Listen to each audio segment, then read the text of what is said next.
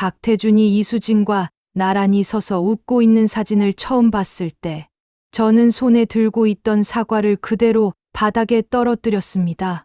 과수원 창고 한켠, 박태준의 낡은 점퍼, 주머니에서 흘러나온 그 사진 한 장이 제 30년 가까운 세월을 단번에 무너뜨렸죠.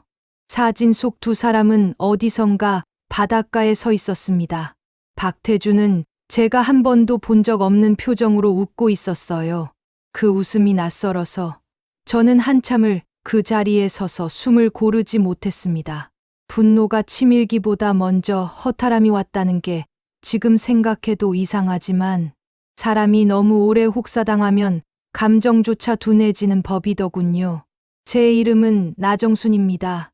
61, 경북 안동에서 태어나 22에 대구로 나와 섬유공장, 사무실에서 일하다 24세 박태준과 결혼했습니다. 중매였어요. 그 시절엔 그게 당연했죠. 양가 어른들이 한번 만나보라 하면 만나고 괜찮아 보이면 결혼하는 것이 수순이었으니까요. 박태준은 처음 맞선 자리에서 말을 잘했습니다. 충북 청주 외곽에 과수원이 있는 집안이고 본인은 대구 중소기업에서 영업직으로 일한다고 했어요. 키가 크고 목소리가 우렁차서 주변에서 다들 믿음직하다고 했습니다. 저도 그렇게 믿었습니다. 24세 저는 그 목소리에 속았고 이후 30년 가까이 그 대가를 치르며 살았죠.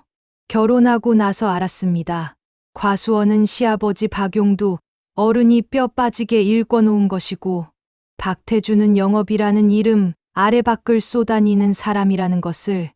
아침에 양복을 차려입고 나가면 밤늦게 술 냄새를 풍기며 들어오는 날이 절반이었습니다. 그래도 저는 시아버지 박용두 어른이 일구신 사과밭과 배밭을 함께 지킨다는 생각으로 버텼습니다. 시어머니 박말순 여사는 그 넓은 과수원 살림을 혼자 도맡아 오신 분이었는데 며느리가 들어오자마자 모든 것을 넘겨주셨습니다. 넘겨주셨다기보다 떠맡기셨다는 표현이 더 정확하겠군요. 첫 해 봄부터 저는 새벽 5시에 일어났습니다. 시아버지 박용두 어른의 약 챙기는 것부터 시작해서 시어머니 박말순 여사의 아침상, 박태준의 도시락, 과수원 인부들의 새참까지 전부 제 손을 거쳐야 했습니다. 인부들이 많을 때는 12명분 새참을 혼자 준비했어요.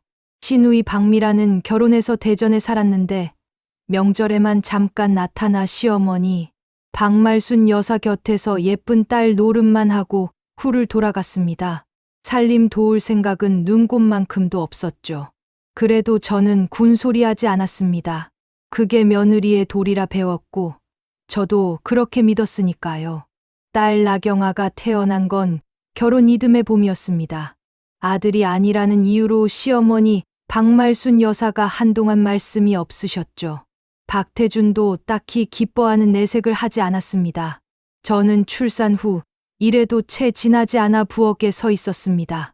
등에는 나경아를 포대기로 묶고 손으로는 과수원 인부들 밥을 퍼 담으면서요. 무릎이 후들거렸지만 앉을 수가 없었습니다. 시어머니 박말순 여사가 방문 앞에 서서 보고 계셨거든요. 그분의 눈빛 앞에서 저는 아프다는 말을 꺼낼 수가 없었습니다. 그게 저의 결혼 생활 첫 장이었어요. 세월이 흐르면서 과수원은 점점 규모가 커졌습니다. 시아버지 박용두 어른이 옆 부지를 사들여 복숭아밭까지 넓히셨거든요. 일은 늘었지만 제 손은 2개뿐이었고 박태준은 영업 출장이 잦다는 핑계로 주중에는 거의 집에 없었습니다. 과수원 격리 장부도 어느 순간부터 제가 맡게 됐어요. 숫자를 모르는 것은 아니었지만 농협 대출 서류에 도장을 찍고 인부 일당을 계산하고 사과 출하 물량을 맞추는 일까지 하면서 저는 어느새 과수원의 실질적인 안주인이 되어 있었습니다. 박태준의 이름으로 된 통장과 서류들을 제가 전부 관리하고 있었지만 그 어디에도 제 이름은 없었죠. 그래도 제가 버틸 수 있었던 것은 나경아 때문이었습니다. 나경아는 또렷하고 야문 아이였어요. 과수원 밭두렁에서 뛰어놀면서도 공부를 게을리하지 않았고 대학까지 장학금을 받아 다녔습니다. 나경아가 저를 닮았다고 동네 사람들이 말할 때마다 저는 그것만으로도 충분하다고 생각했습니다. 내가 고생한 것이 이 아이에게 흘러 들어갔다면 그것으로 된 것이라고요. 그런데 그날, 창고에서 사진을 발견한 그날, 저는 제가 버텨온 것들이 과연 무엇을 위한 것이었는지 처음으로 흔들렸습니다. 바닷가에서 이수진과 나란히 서서 웃고 있는 박태준의 얼굴을 보면서 30년 가까운 세월이 한꺼번에 복수로 덮쳐왔습니다. 억울함, 수치심, 그리고 묘하게도 안도감이 뒤섞였어요. 안도감이라는 게 이상하게 들리겠지만 제가 틀리지 않았다는 것이 증명된 순간이기도 했거든요. 박태준이 변한 게 아니라 원래부터 그런 사람이었다는 것이요. 저는 그 사진을 창고 선반 위에 다시 올려두었습니다. 아무 일도 없었다는 듯이요. 그리고 밭에 나가 사과를 땄습니다. 두 손이 부들부들 떨렸지만 저는 멈추지 않았습니다. 그날 저녁 박태준이 들어와 밥을 먹는 동안 저는 아무 말도 하지 않았습니다. 말을 아낀 게 아니라 때를 기다린 것이었죠. 61가 된 지금 저는 그때의 제 자신이 대견하기도 하고 안쓰럽기도 합니다. 조금 더 일찍 알아챘다면, 조금 더 일찍 제 자신을 위해 살았다면 어땠을까 싶은 마음도 있어요. 하지만 그 모든 시간이 있었기에 지금의 저도 있다는 것을 이제는 압니다. 이 이야기는 제가 쫓겨나고 다시 일어서고 그리고 세상이 얼마나 공평한지를 두 눈으로 확인한 기록입니다. 끝까지 들어주십시오. 결혼한 지 3년째 되던 해봄. 저는 처음으로 내가 이 집에서 사람 취급을 받지 못하고 있다는 것을 뚜렷하게 깨달았습니다. 그 전까지는 막연히 힘들다는 감각만 있었지. 그것이 무엇인지 정확히 이름 붙이지 못했거든요. 그런데 그의 사과 꽃이 한창 필 무렵, 시어머니 박말순 여사가 동네 부녀회 모임에서 하신 말씀이 돌고 돌아 제 귀에 들어왔습니다. 박말순 여사가 이웃 아주머니들에게 이렇게 말씀하셨다더군요. 우리 며느리는 일은 잘하는데 눈치가 없어서 탈이라고요. 일은 잘한다는 말이 칭찬이 아니라는 것을, 그 말을 전해 들은 저는 단번에 알았습니다. 일 잘하는 며느리란 곧 부려먹기 좋은 며느리라는 뜻이었으니까요. 박말순 여사는 보기 드문 분이었습니다. 나쁜 사람이라고 단정 짓기에는 애매하고, 그렇다고 좋은 사람이라고 부르기엔 제가 너무 많이 상처를 받았죠. 정확히 말하자면 박말순 여사는 당신 중심으로만 세상이 돌아가는 분이었습니다. 당신이 편하면 좋은 것이고 당신이 불편하면 나쁜 것이었어요. 며느리는 그 편함을 채워주는 도구였고, 도구가 제 역할을 다하면 당연한 것이고 못하면 야단을 맞는 것이었습니다. 그 구조 안에서 저는 처음부터 사람이 아니었던 거죠. 박말순 여사가 저를 대하는 방식은 대놓고 구박하는 것이 아니었기에 더 힘들었습니다. 대놓고 욕을 하거나 손찌검을 하는 시어머니였다면 차라리 맞서기라도 했을 겁니다. 그분은 늘 은근하게, 조용하게, 그러나 집요하게 저를 깎아내렸습니다. 아침상을 차리면 간이 조금 짜다 싱겁다 하셨고, 빨래를 하면 헹굼이 덜 됐다 하셨습니다.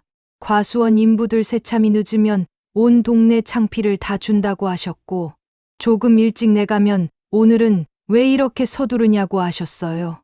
무엇을 해도 딱 떨어지는 법이 없었습니다.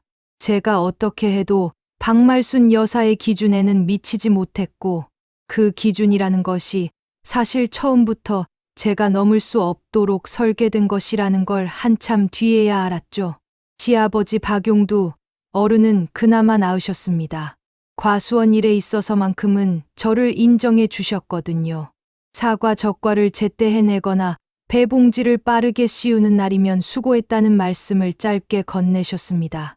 그 한마디가 어찌나 크게 들렸는지 저는 그 말을 들은 날은 저녁을 먹으면서도 힘이 났습니다. 그러나 박용두 어른도 집안 살림이나 며느리 문제에 있어서는 철저히 박말순 여사의 편이었습니다. 아내가 하는 말에 토를 달지 않는 것이 그분의 방식이었거든요. 결국 박용두 어른의 침묵은 박말순 여사의 행동의 묵인이었고 저는 그 집에서 든든한 편이 한 명도 없었습니다. 박태주는 어땠냐고요? 박태주는 집에 들어오는 순간부터 아들이었습니다.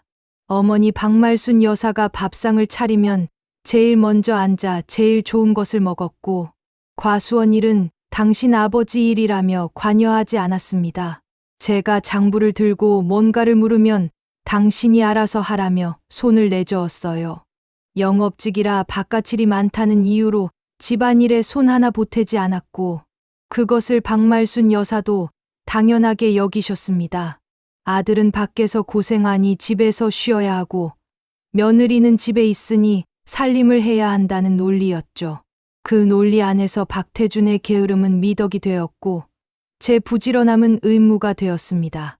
나경아가 3살 되던 해 겨울 저는 심한 몸살로 사흘을 앓았습니다. 등이 끊어질 듯 아프고 열이 올라 일어나기가 어려웠어요. 박말순 여사는 첫날은 죽이라도 끓여다 주셨습니다. 그런데 이틀째 되는 날 새벽 방문을 열고 들어오시더니 오늘 인부들 새참은 어쩔 거냐고 하셨습니다. 저는 온몸이 불덩이 같은 상태로 부엌에 나가 솥에 불을 지폈습니다. 나경아는 제 저고리 자락을 잡고 졸졸 따라다녔고 저는 국자를 잡은 손이 떨려 몇 번이나 놓쳤습니다. 그날 박태주는 대구 출장이라며 새벽부터 나가고 없었어요. 그 일이 있고 나서 저는 아프다는 말을 꺼내지 않기로 했습니다. 아픔을 말해봐야 달라지는 것이 없었거든요. 오히려 말을 하면 더 불편해졌습니다. 박말순 여사의 눈빛이 차가워지거나 박태준이 왜 몸이 그렇게 약하냐며 핀잔을 주었죠. 그러니 그냥 참는 것이 나았습니다. 아프면 속으로 사기고 힘들면 손을 더 움직였습니다. 그게 제가 그 집에서 살아남는 방식이었어요. 과수원 일이 가장 고될 때는 수확철이었습니다. 8월 말부터 시작해서 10월 중순까지 2달 가까이 저는 새벽 4시에 일어나 자정이 넘어서야 잠자리에 들었습니다. 사과를 따고 등급을 나누고 상자에 포장하고 출하 차량을 맞이하고 인부 일당을 정산하는 일이 쉴 틈 없이 이어졌습니다. 손바닥에 굳은 살이 박인 것도 그 무렵이었고 손목이 늘 시큰거리게 된 것도 그때부터였습니다. 나경아는 엄마 손이 왜 이렇게 거칠어 하며 제 손을 어루만지곤 했는데 그 말에 저는 웃어 보이면서도 눈시울이 뜨거워졌습니다. 이상한 것은 그 모든 것을 겪으면서도 저는 도망칠 생각을 하지 않았다는 겁니다. 지금 생각하면 그게 참 이상하죠. 하지만 그 시절 저에게 결혼이란 한 번 들어가면 나오는 것이 아닌 곳이었습니다. 친정어머니는 어떤 일이 있어도 시댁에서 쫓겨나는 것은 여자의 수치라고 하셨고 주변 사람들도 다 비슷한 말을 했습니다. 그 말들이 제 발목을 잡고 있었던 거죠.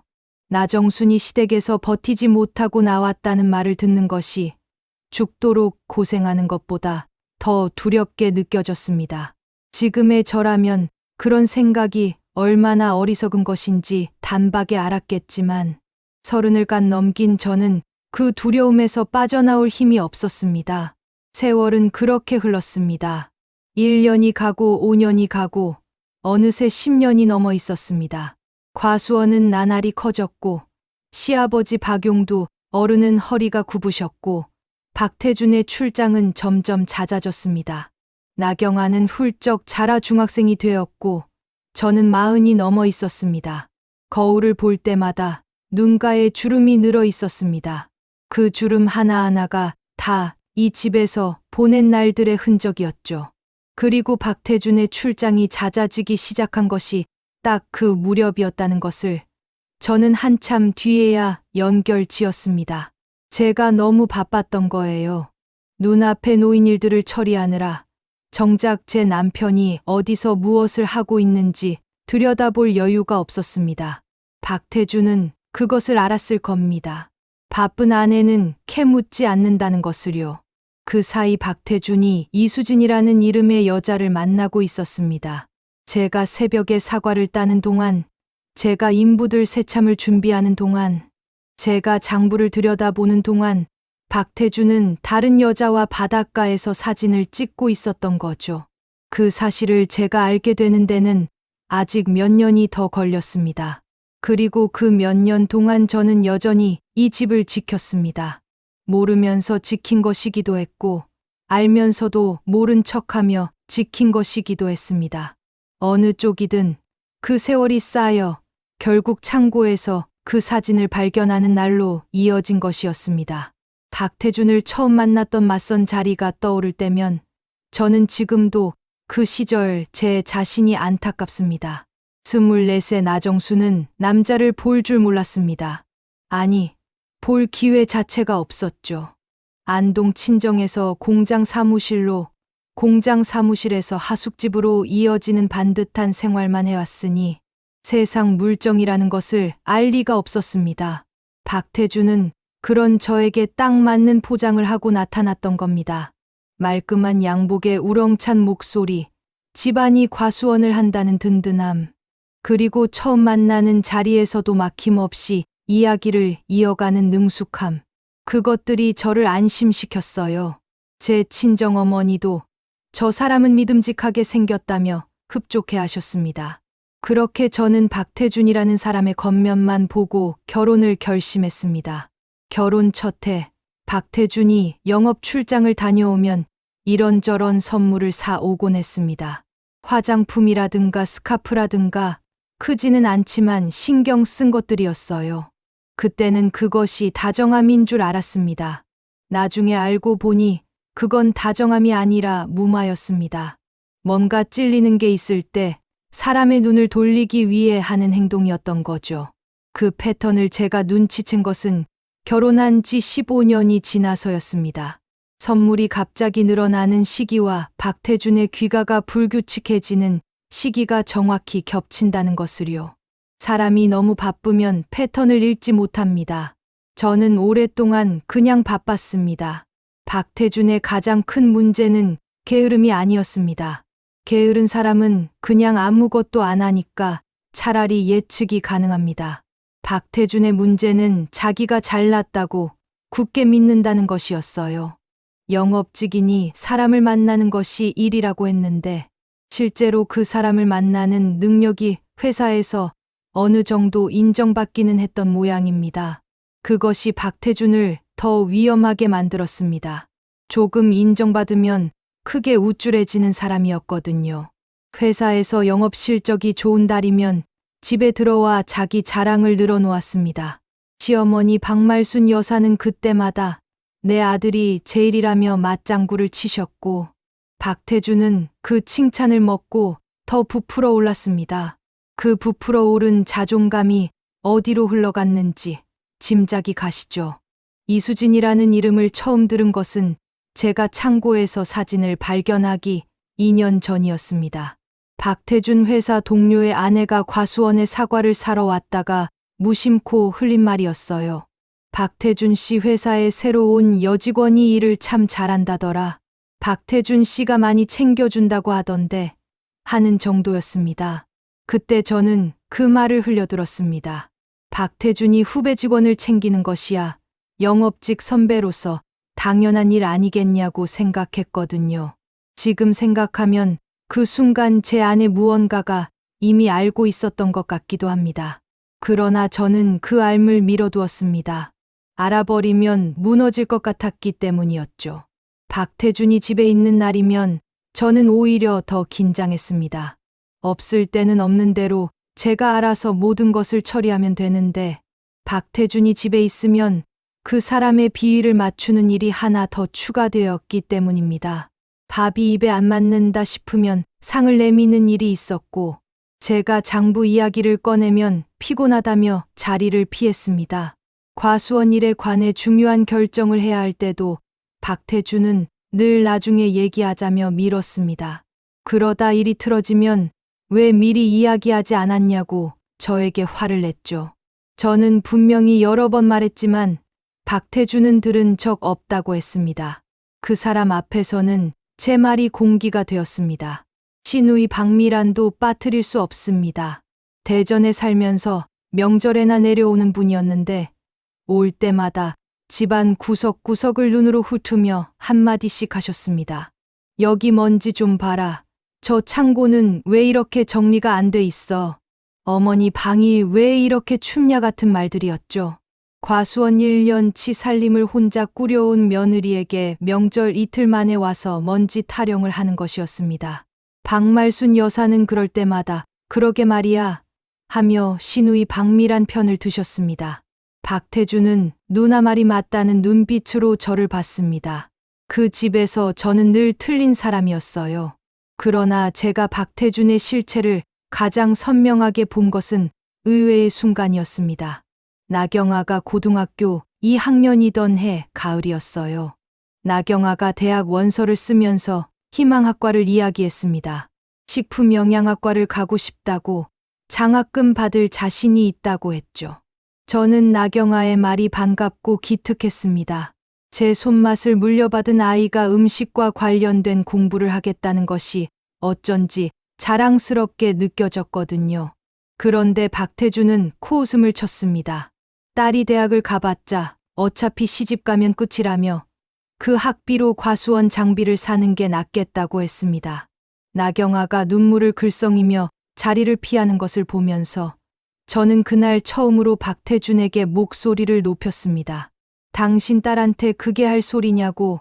그 아이가 지금까지 이 집에서 어떻게 자랐는지 알기나 하냐고 했습니다. 박태준은 어이없다는 표정으로 저를 봤습니다. 그러더니 한다는 말이 당신이나 잘하라고 했습니다. 집안 살림이나 제대로 하는 사람이 무슨 딸 교육 타령이냐는 말이었죠. 저는 그 말을 듣고 더 이상 소리를 내지 않았습니다.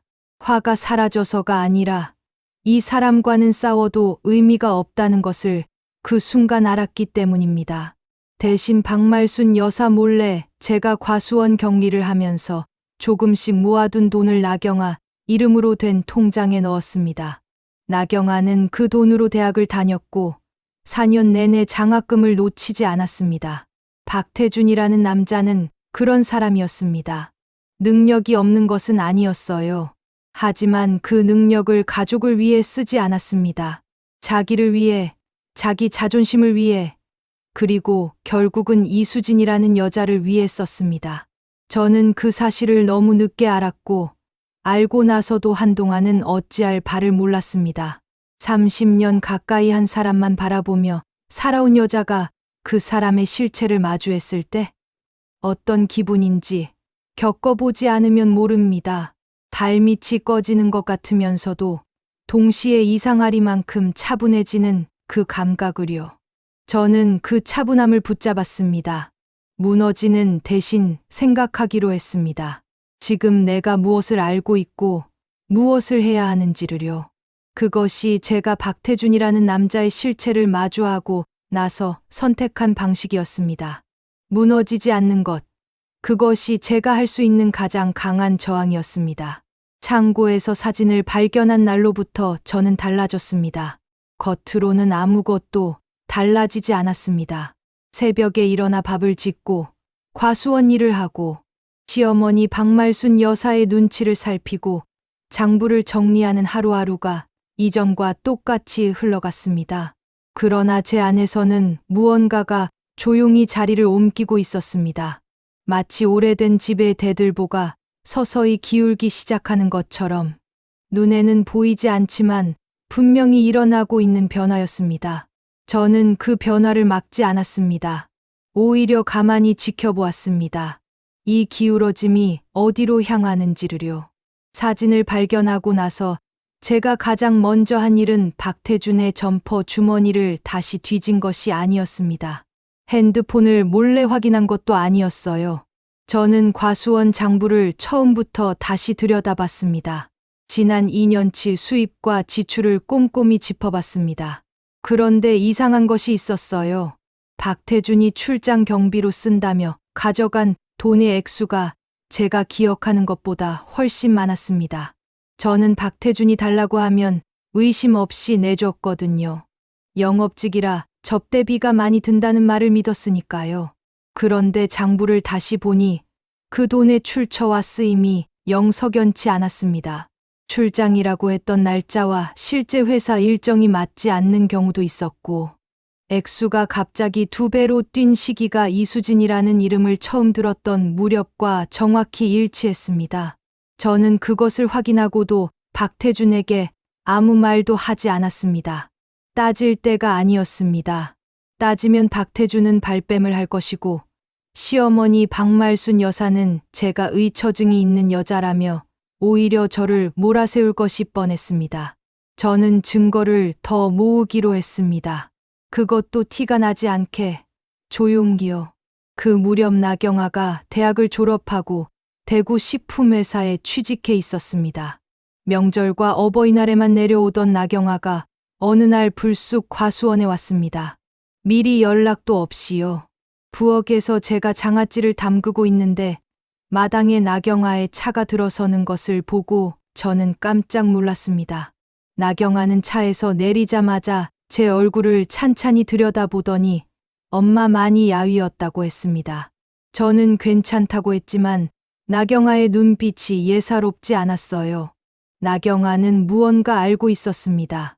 뭘 알고 있는지 묻지 않아도 느껴졌습니다. 나경아가 하룻밤을 자고 떠나면서 제 손을 꼭 잡았습니다. 아무 말도 하지 않았어요. 그냥 꼭 잡았습니다. 그 손의 온기가 어찌나 오래 남던지 나경아가 떠나고 나서도 저는 한참을 그 감각을 붙들고 있었습니다. 내가 이 집에서 30년 가까이 버텨온 이유가 이 아이였다는 것을 그 손을 잡으면서 다시 한번 확인했습니다. 박태준의 행동이 노골적으로 변한 것은 그로부터 3달 뒤였습니다. 출장이 더 잦아졌고 귀가 시간이 점점 늦어졌습니다. 전화를 하면 받지 않다가 한참 뒤에 바쁘다는 문자가 오는 날이 늘었습니다. 그리고 결정적으로 박태준의 태도가 달라졌습니다. 이전에는 그래도 집에 들어오면 밥은 먹고 자는 사람이었는데 그때부터는 저와 눈을 잘 마주치지 않았습니다. 말을 시키면 단답으로 대답하고 제가 뭔가를 물으면 귀찮다는 표정이 역력했습니다. 같은 방에 있으면서도 저는 그 사람에게 투명인간 같았습니다. 그러던 어느 밤이었습니다. 박태준이 늦게 들어와 씻고 나서 핸드폰을 만지작거리며 입가에 웃음을 띠고 있었어요. 그 웃음이 창고에서 본 사진 속 웃음과 같은 것이었습니다. 제가 한 번도 받아본 적 없는 종류의 웃음이었죠. 저는 이불 속에서 그 웃음을 지켜보면서 눈을 감았습니다. 잠든 척을 했습니다. 그리고 속으로 생각했습니다. 이제 때가 됐다고요. 다음 날 저는 읍내 은행에 혼자 다녀왔습니다. 과수원 격리를 맡으면서 제 명의로 만들어 두었던 통장을 확인하기 위해서였습니다. 그 통장은 박말순 여사도 박태준도 모르는 것이었습니다. 제가 인부일당을 정산하면서 조금씩, 정말 조금씩 모아둔 돈이 들어 있었어요. 많은 돈은 아니었습니다. 하지만 없는 것과는 달랐죠. 그 통장을 확인하면서 저는 제 손이 떨리지 않는다는 것을 알았습니다. 겁이 나지 않았습니다. 오히려 이상하리만큼 마음이 차분했어요. 그로부터 2달 뒤 사건이 터졌습니다. 박태준이 이수진을 집으로 데려온 것입니다. 물론 저한테 데려온 것은 아니었습니다. 과수원에서 1시간 거리인 청주 시내 모텔에서 둘이 있는 것을 박태준 회사 동료의 아내가 목격했고 그 이야기가 과수원 인근 동네에 파다하게 퍼졌습니다. 저한테 직접 말해준 사람은 오래전부터 과수원 일을 도와온 인부 아주머니 한 분이었습니다. 그분이 제 손을 잡고 울먹이며 이야기를 꺼내는데 저는 이미 알고 있다는 듯이 고개를 끄덕였습니다. 그분이 더 당황했죠. 왜 울지 않냐고 물었습니다. 울 눈물이 없어서가 아니었습니다. 눈물은 이미 훨씬 전에 다 썼습니다. 창고에서 사진을 발견하던 날 밤, 나경아가 아무 말 없이 제 손을 잡던 순간 박태준이 핸드폰을 보며 혼자 웃던 그 밤들에 이미 다 흘렸습니다. 이제 남은 것은 눈물이 아니라 결심이었습니다. 무너지는 사람의 눈물이 아니라 일어서는 사람의 다짐이요. 소문이 퍼지고 나서 박말순 여사가 저를 안방으로 부른 것은 사흘 뒤였습니다. 그 자리에서 박말순 여사가 하신 말씀이 제 귀에 아직도 생생합니다. 정순아, 남자들은 원래 그래. 내가 좀 더 살뜰하게 챙겼어야지. 우리 태준이가 왜 밖에서 그러겠어. 집이 편하면 그러겠냐고. 저는 그 말을 듣고 아무 말도 하지 않았습니다. 반박하지도 않고 동의하지도 않았습니다. 그냥 박말순 여사의 얼굴을 똑바로 바라봤습니다. 그분이 먼저 눈을 피하셨습니다. 그 순간이었습니다. 제가 이 집에서 더 이상 주눅들지 않아도 된다는 것을 알아챈 것이요. 30년 가까이 저를 누르고 있던 무게가 그 순간 조금 가벼워졌습니다. 시어머니의 말이 더 이상 저를 흔들지 못했습니다. 흔들리기에 저는 이미 충분히 많이 알고 있었고, 충분히 오래 버텨왔고, 충분히 깊이 생각해왔습니다. 이제 남은 것은 이 집을 어떻게 떠날 것인가였습니다. 쫓겨나는 것이 아니라 제 발로 걸어 나오는 것으로요. 그러나 세상 일은 제 뜻대로만 흘러가지 않았습니다. 제가 준비를 채 마치기도 전에 박말순 여사와 박태준이 먼저 움직였습니다. 그날은 11월이었습니다. 과수원 수확이 마무리되고 겨울 준비가 한창이던 때였어요. 아침부터 하늘이 낮게 깔려 있었고 바람이 차가웠습니다. 저는 새벽부터 일어나 김장 준비를 하고 있었습니다. 배추를 절이고 물을 다듬는 손이 시렸지만 멈출 수 없었습니다. 시어머니 박말순 여사가 김장은 반드시 이맘때 해야 한다고 못을 박아두셨거든요. 저는 그날도 여느 때처럼 새벽 4시부터 부엌에 서 있었습니다. 오전 10시쯤이었습니다. 박태준이 내려왔습니다. 출장이 있다더니 왜 내려왔나 싶었는데 표정이 심상치 않았습니다. 평소에 무심한 얼굴이 아니라 무언가를 단단히 결심한 사람의 굳은 얼굴이었죠. 그 뒤를 박말순 여사가 따라 내려오셨습니다.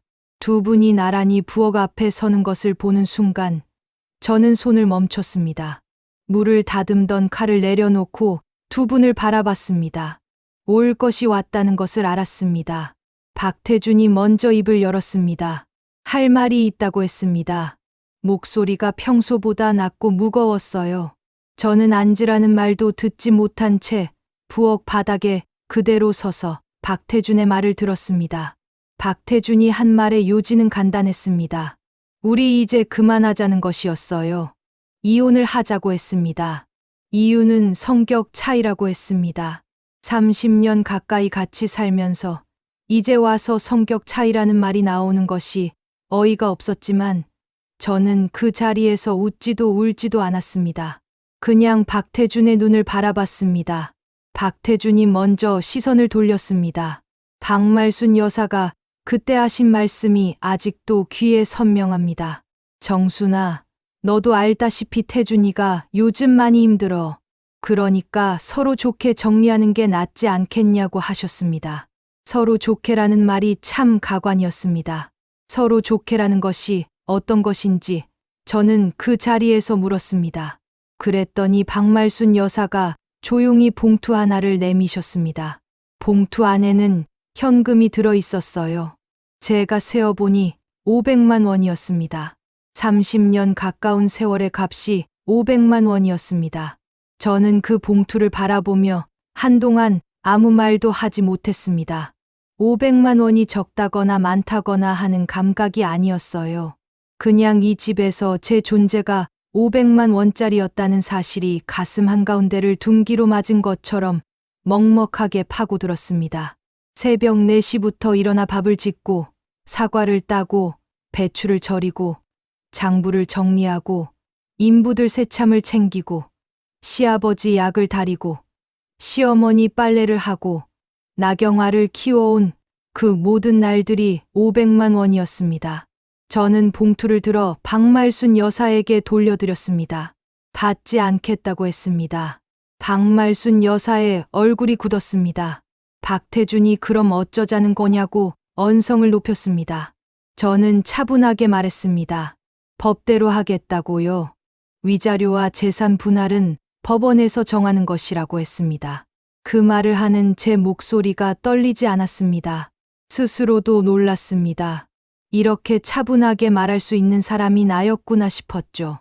박태준의 얼굴이 그 순간 붉어졌습니다. 법이라는 말을 꺼내자마자 태도가 달라졌어요. 목소리를 높이더니 내가 이 집에서 뭘 했냐고 했습니다. 과수원이 누구 것인지 알고 법을 들먹이냐고 했습니다. 이 과수원은 아버지 박용두 어른 것이고 내가 기여한 것은 없다고 했습니다. 저는 그 말을 듣고 속으로 쓴 웃음이 났습니다. 내가 기여한 것이 없다는 말을 제가 새벽마다 불을 지피고 수학철마다 쉬지 않고 일한 이 과수원에서 하고 있는 것이었습니다. 박말순 여사는 그 와중에 이런 말씀을 하셨습니다. 너도 이 나이에 혼자 나가면 어디 갈 데도 없잖아. 그냥 우리가 주는 거 받고 조용히 나가는 게 너한테도 좋은 거야. 라고 하셨습니다. 그 말이 저를 가장 깊이 찌른 말이었습니다. 어디 갈 데도 없는 여자라는 말이요. 그 말 속에는 내가 아무리 발버둥 쳐봤자 결국 아무것도 없다는 멸시가 담겨 있었습니다. 저는 그 멸시를 오롯이 받아들이면서 동시에 반드시 증명해 보이겠다는 결심을 새겼습니다. 그날 오후 시아버지 박용두 어른이 과수원에서 돌아오셨습니다. 안방에서 큰 소리가 나는 것을 들으셨는지 문을 여셨는데 박말순 여사가 얼른 자리를 피하셨습니다. 박용두 어른은 저를 보시더니 한참을 아무 말씀도 하지 않으셨습니다. 그러다 조용히 수고했다는 말씀만 하시고 방으로 들어가셨습니다. 그것이 박용두 어른이 저에게 해주신 마지막 말이었습니다. 짧았지만 그 말이 500만 원짜리 봉투보다 훨씬 무겁게 느껴졌습니다. 사흘 뒤 저는 짐을 쌌습니다. 트렁크 하나와 보따리 2개였습니다. 30년 가까이 살아온 집에서 제 것이라 가져갈 수 있는 것이 그것뿐이었습니다. 옷가지와 나경아 어릴 때 사진 몇 장, 그리고 제가 몰래 써온 일기장들이었어요. 일기장은 박태준도 박말순 여사도 존재 자체를 몰랐습니다. 저는 결혼하던 해부터 틈날 때마다 짧게라도 그날의 일을 적어왔거든요. 그 일기장들이 훗날 제 법적 싸움에서 중요한 역할을 하게 될 줄은 그때는 저도 몰랐습니다. 짐을 들고 마당을 나서는데 박태준이 현관에 서 있었습니다. 뭔가 말을 하려는 것 같았는데 저는 먼저 말하지 않았습니다. 박태준도 결국 아무 말도 하지 않았습니다. 저는 그 사람의 얼굴을 마지막으로 한번 봤습니다. 우렁찬 목소리로 저를 안심시켰던 24 맞선 자리에 그 사람이 거기 있었습니다. 아니, 없었습니다. 눈앞에 있는 것은 그냥 낯선 중년 남자였습니다. 저는 돌아보지 않고 걸었습니다. 과수원 돌담길을 지나 큰 길로 나오면서 발밑에 낙엽이 서걱거리는 소리를 들었습니다. 차가운 11월 바람이 얼굴을 때렸습니다. 저는 그 바람 속에서 처음으로 숨을 크게 들이마셨습니다. 이 집에서 제대로 숨을 쉰 것이 얼마 만인지 몰랐습니다. 버스 정류장에 서서 나경아에게 전화를 했습니다. 나경아가 전화를 받자마자 엄마 어디야? 라고 했습니다. 목소리에 이미 울음이 섞여 있었어요. 나경아는 알고 있었던 겁니다. 오늘이 그날이라는 것을요. 엄마 나왔어. 라고 했습니다. 그 한마디를 하고 나서야 저는 비로소 눈물이 났습니다. 버스 정류장 벤치에 앉아 한참을 울었습니다. 지나가는 사람들이 봐도 상관없었습니다. 30년 가까이 참아온 눈물이었으니 그 정도는 울어야 했습니다. 나경아의 대구 원룸에 짐을 풀던 날 저녁, 저는 방 한가운데 트렁크를 놓고 한참을 멍하니 앉아 있었습니다. 24세 안동 친정을 떠나 박태준과 결혼하기 전까지 잠깐 살았던 공장 근처 하숙집 이후로 제 이름으로 된 공간에 혼자 앉아본 것이 처음이었습니다.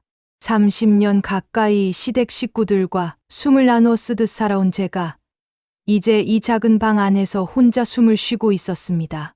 이상하게도 무섭지 않았습니다. 오히려 고요했어요. 아무도 저를 부르지 않았고 아무도 저에게 뭔가를 요구하지 않았습니다. 그 고요함이 낯설었지만 나쁘지 않았습니다. 나경아는 퇴근하고 돌아와 제 얼굴을 보더니 아무 말 없이 밥을 차렸습니다. 된장찌개와 계란말이, 김치였습니다. 소박했지만 따뜻했어요. 나경아가 제 앞에 밥그릇을 놓으며 엄마 많이 힘들었지? 라고 했습니다. 저는 괜찮다고 했습니다. 나경아가 젓가락을 들면서 앞으로는 엄마가 해주는 밥 먹을게 라고 했습니다. 그 말이 어쩐지 웃겨서 저도 모르게 피식 웃었습니다. 나경아도 웃었습니다. 우리 둘이 마주 앉아 웃으면서 밥을 먹은 것이 얼마만인지 몰랐습니다. 시댁에서는 밥상 앞에서 웃는 일이 거의 없었거든요. 그러나 웃음은 잠깐이었고 현실은 금방 찾아왔습니다. 제가 당장 해결해야 할 것들이 산더미였습니다. 이혼 절차가 첫 번째였습니다. 저는 나경아의 도움을 받아 법률 구조 공단의 상담을 예약했습니다. 생전법이라는 것과 가까이 지내본 적이 없었던 터라 처음엔 막막했습니다. 그런데 막상 상담사 앞에 앉아 이야기를 풀어놓으니 생각보다 할 말이 많았습니다. 30년 가까이 쌓인 이야기들이 쏟아져 나왔어요. 상담사가 증거가 있냐고 물었습니다. 저는 일기장을 꺼냈습니다. 결혼하던 해부터 써온 일기장이 12권이었습니다. 날짜와 상황이 꼼꼼히 적혀 있었고 박태준의 행동과 시어머니 박말순 여사의 언행도 세세하게 기록되어 있었습니다.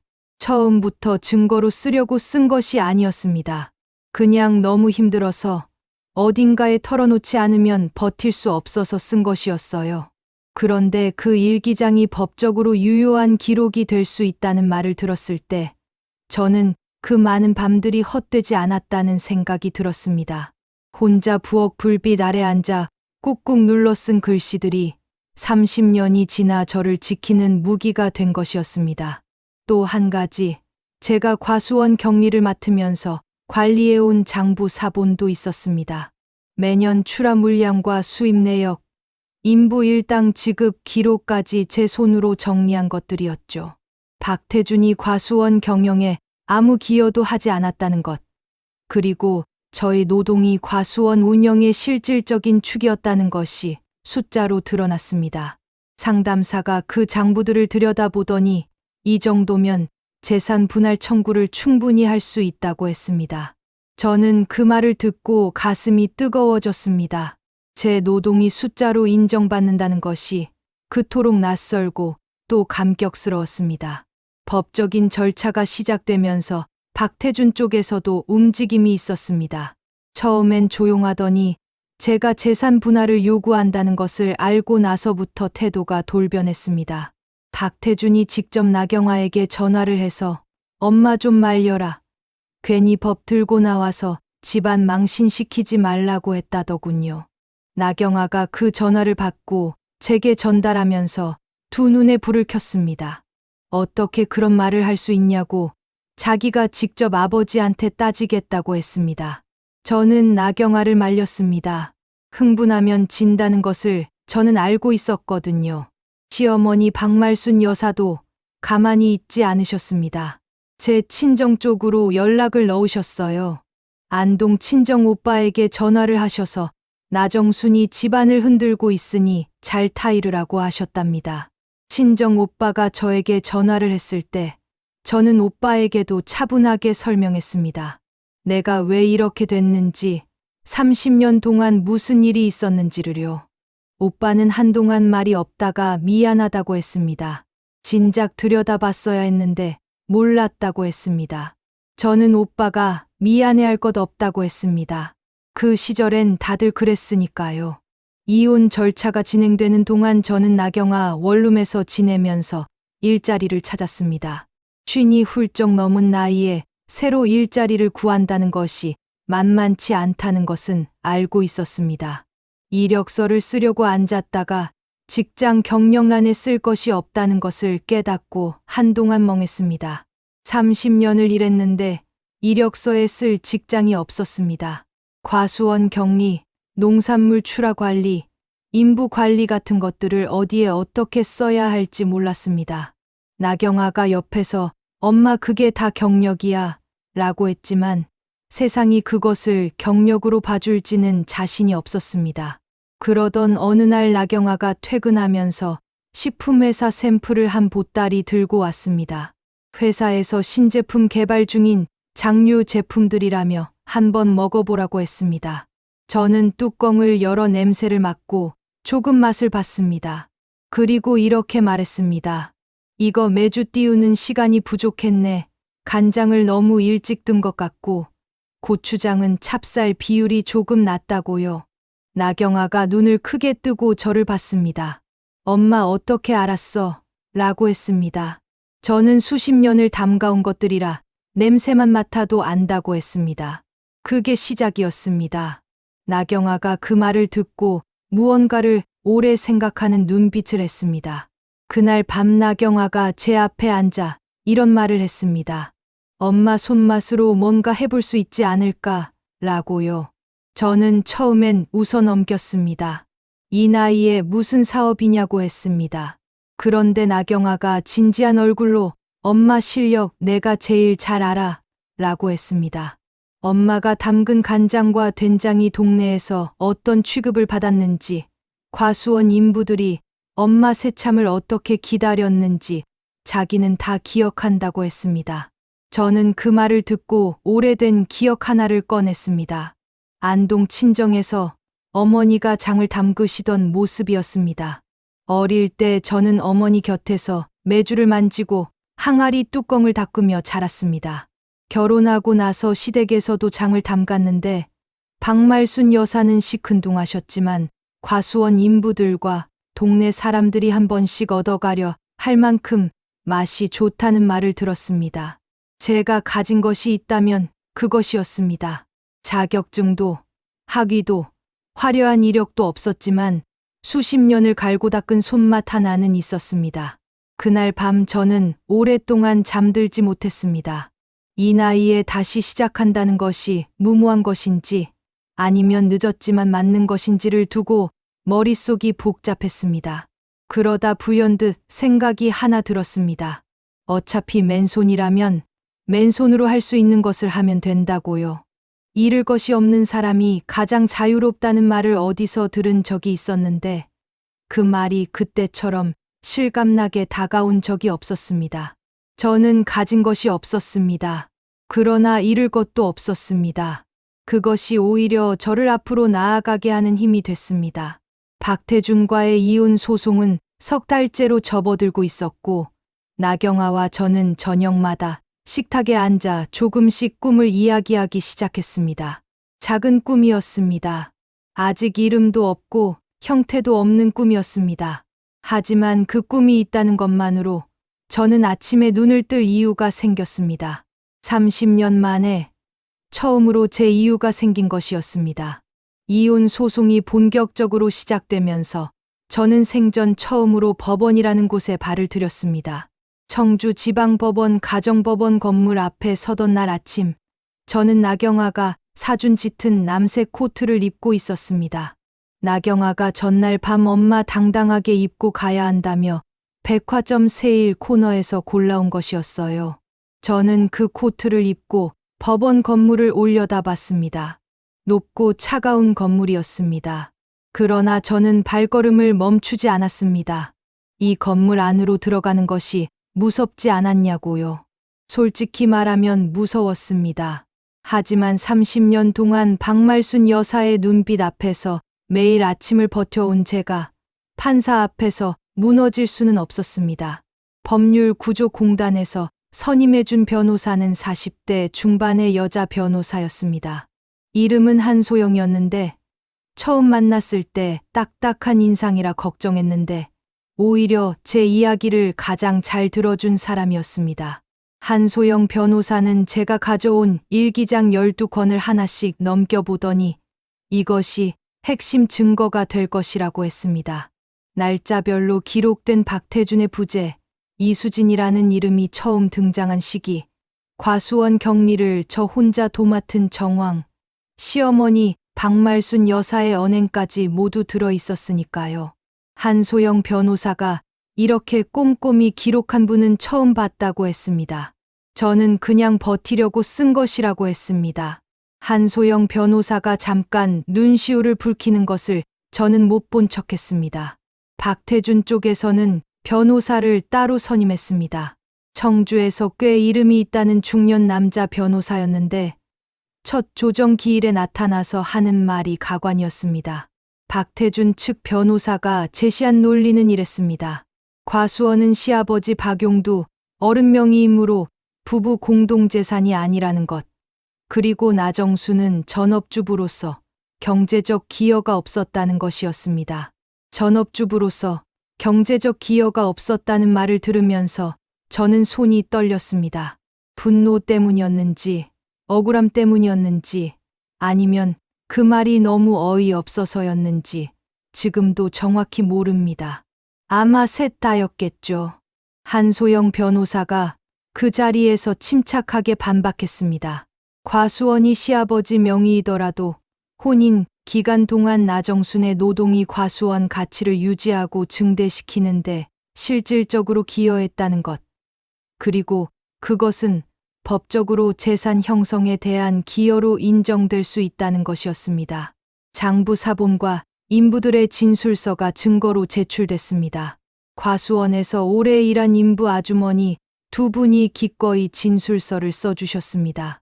나정순 씨가 새벽부터 밤까지 일했고 박태준 씨는 과수원 일에 거의 관여하지 않았다는 내용이었습니다. 그 진술서를 받아들고 저는 그 아주머니들에게 마음속으로 몇 번이나 고마움을 전했습니다. 이수진과의 불륜 문제도 수면 위로 올라왔습니다. 박태준 측에서는 처음에 부인했습니다. 그냥 친한 후배 직원이라고 했죠. 그런데 한소영 변호사가 두 사람이 함께 있는 것을 목격한 사람들의 진술과 박태준의 통화 내역을 제출하자 태도가 바뀌었습니다. 박태준 측 변호사가 잠깐 휴정을 요청했고 그 뒤로 박태준 쪽에서 합의를 제안해왔습니다. 법정에서 더 이상 다투는 것이 불리하다는 것을 안 것이었죠. 합의 과정은 순탄하지 않았습니다. 박태준 쪽에서 처음 제시한 금액은 터무니없이 낮았습니다. 저는 거절했습니다. 두 번째 제안도 거절했습니다. 한소영 변호사가 조금 더 기다려보자고 했고 저는 믿고 기다렸습니다. 그 기다림이 쉽지 않았습니다. 소송이 길어지면서 나경아의 원룸 생활도 불편해졌고 법적인 긴장 상태가 지속되면서 저도 몸이 예전 같지 않았습니다. 밤에 잠을 잘 못 자고 이유 없이 가슴이 두근거리는 날이 많았습니다. 그래도 버텼습니다. 버티는 것은 제가 가장 잘하는 일이었으니까요. 석 달이 지나고 네 달이 넘어가면서 박태준 쪽에서 세 번째 합의안을 제시했습니다. 이번엔 달랐습니다.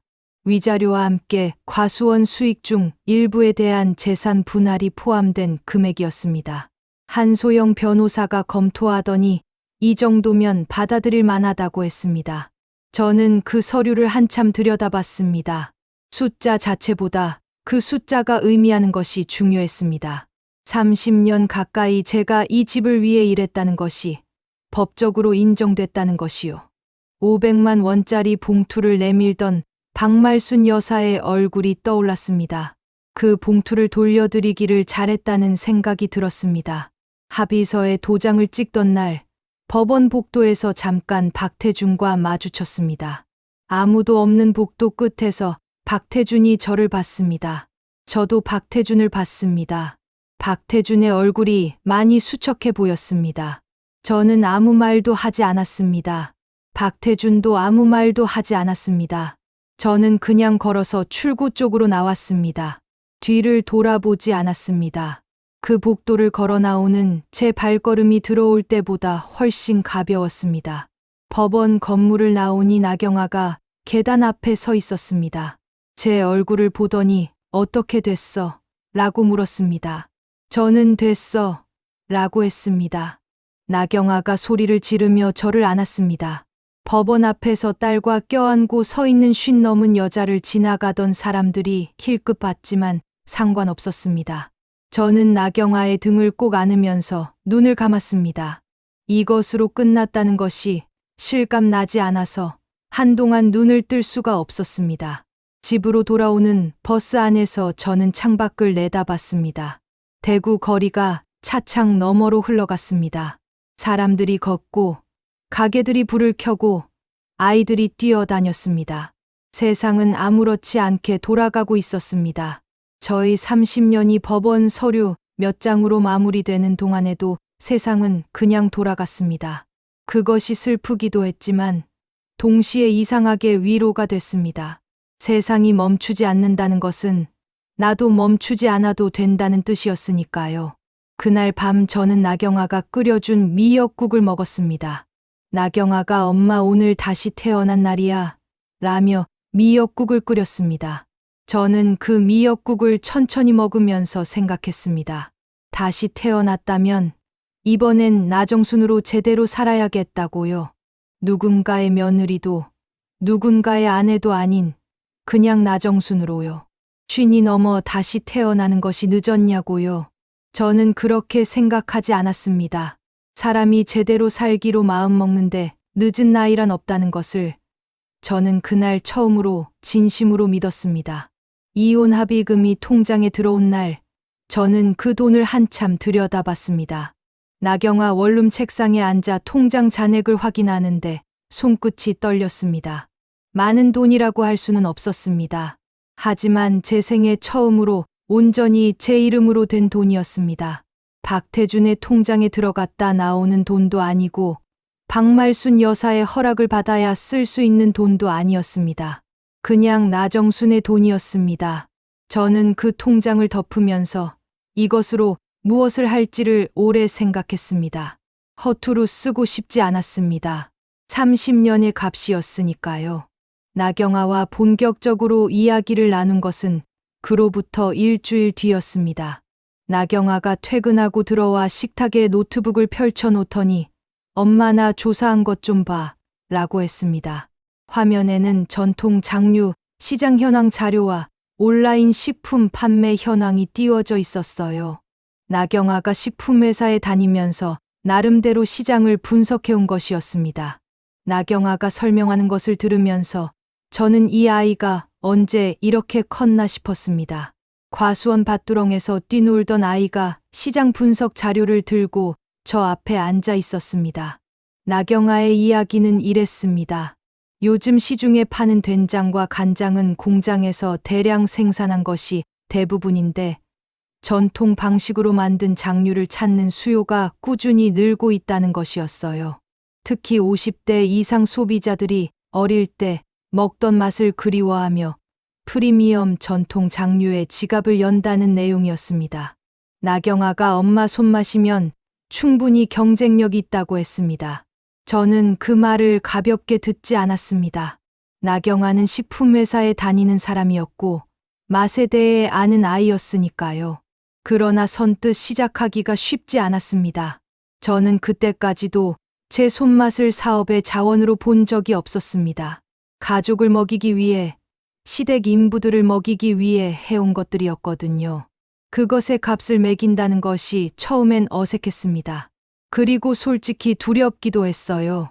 잘못되면 어쩌나, 이 나이에 실패하면 다시 일어날 수 있을까 하는 생각이 자꾸 고개를 들었습니다. 나경아가 그런 제 표정을 읽었는지 엄마 실패해도 돼. 우리 둘이 같이 하는 거잖아 라고 했습니다.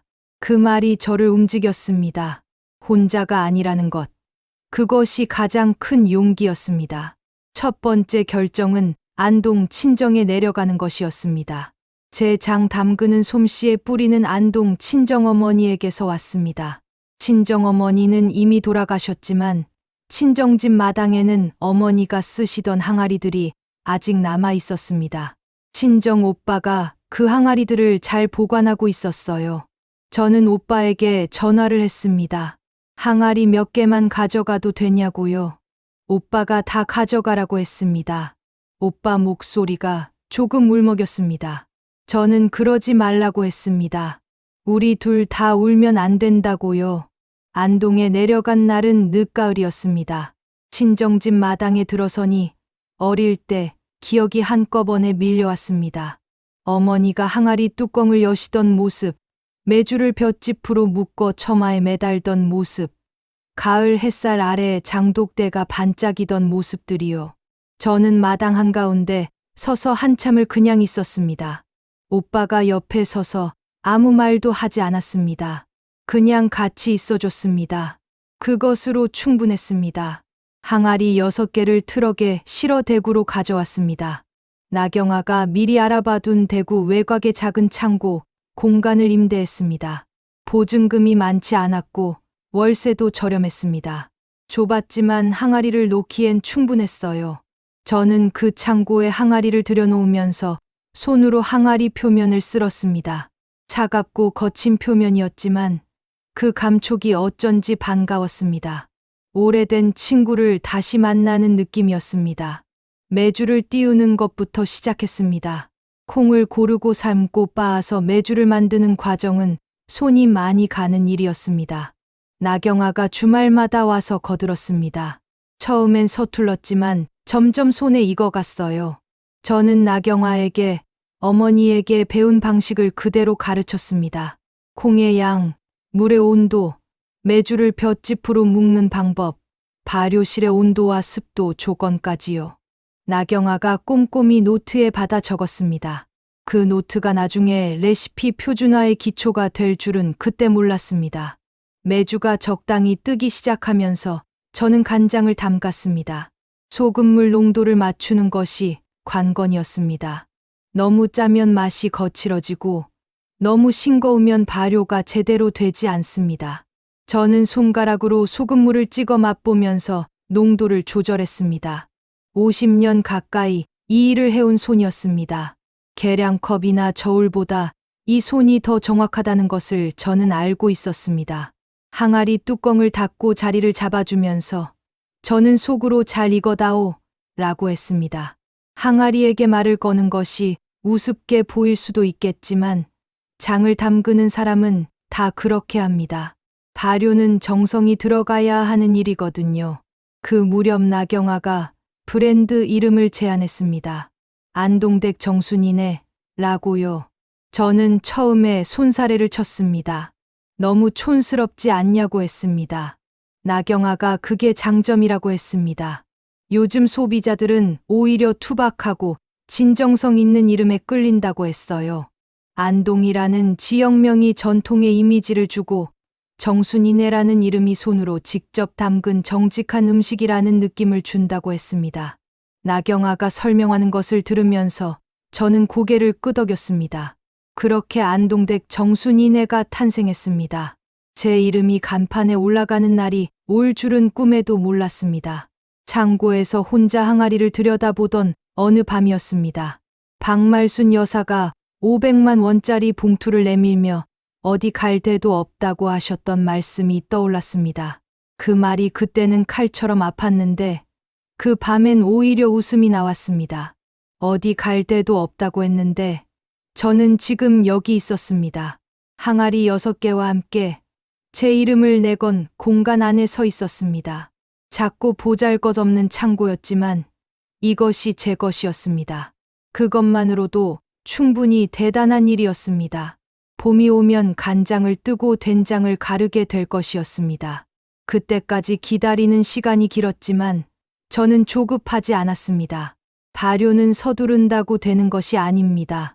때를 기다려야 하고 그 기다림 속에서 깊어지는 것이 발효입니다.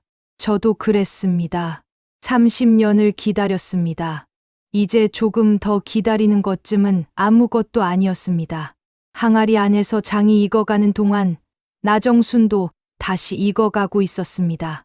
봄이 오면서 창고 안 항아리들이 깊어졌습니다. 뚜껑을 열 때마다 올라오는 냄새가 달라졌어요. 처음엔 날카롭고 강했던 냄새가 겨울을 나면서 둥그러지고 깊어졌습니다.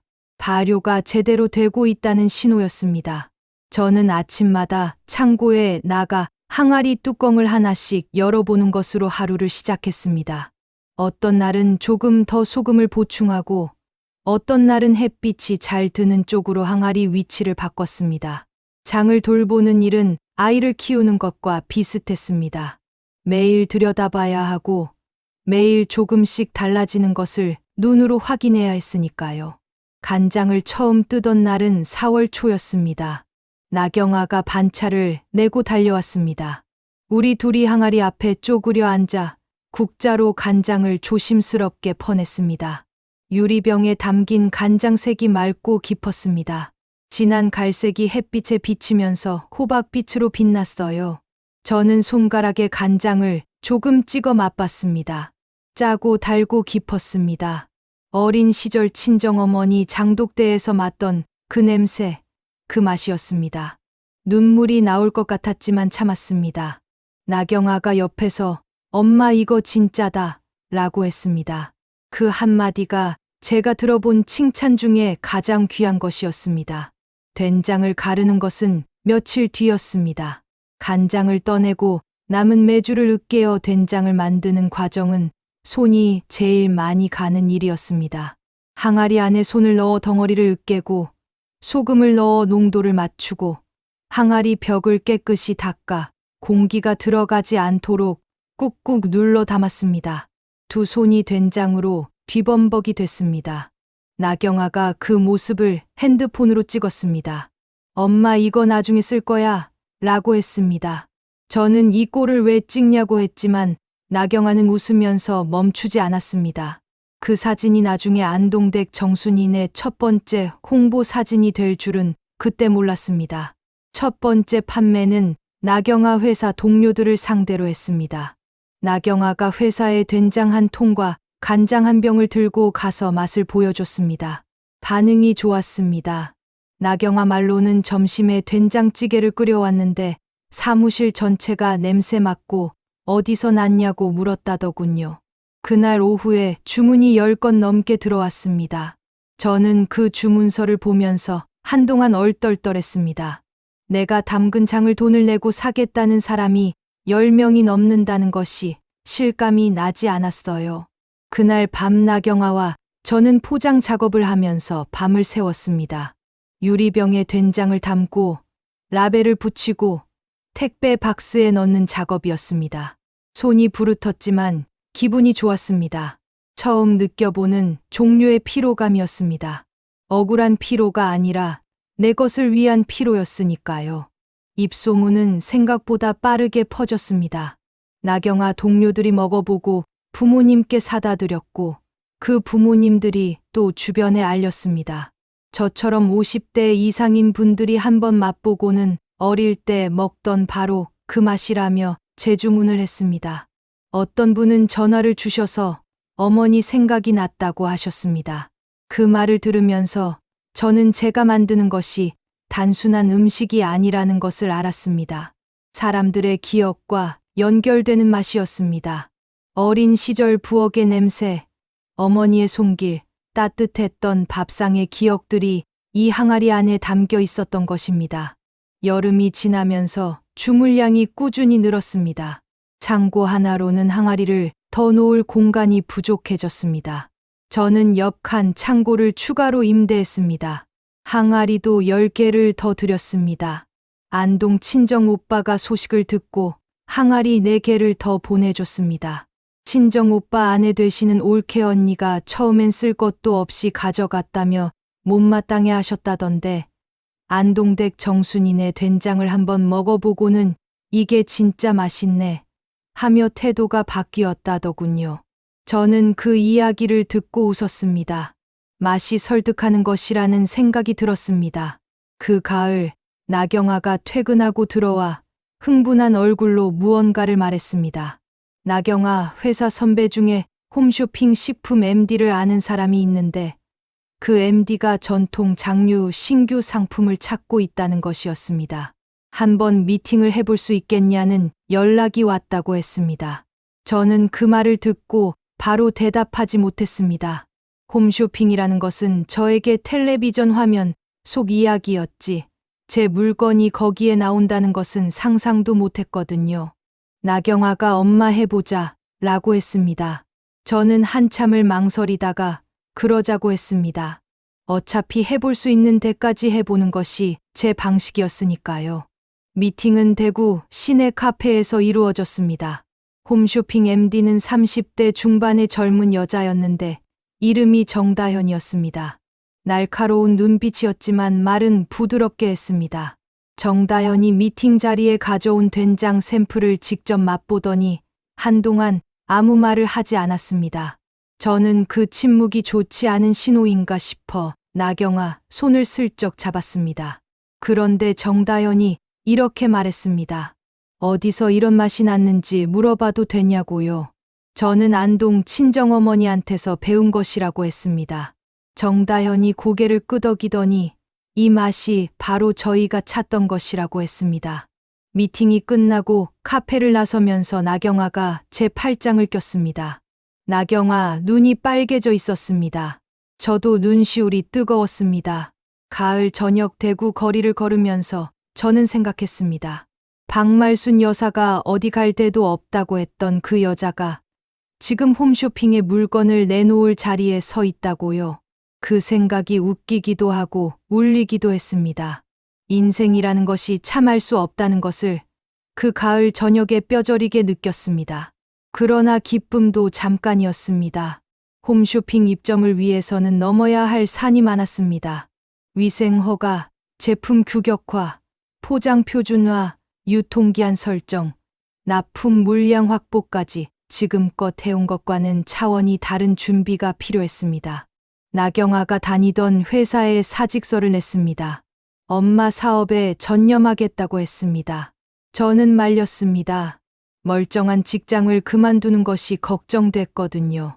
나경아가 웃으면서 엄마가 30년 동안 혼자 버텼는데 나는 엄마 옆에서 못 버티겠어 라고 했습니다. 저는 그 말에 더 이상 말릴 수가 없었습니다. 그렇게 나경아와 저 두 사람이 안동댁 정순이네를 본격적으로 키우기 시작했습니다.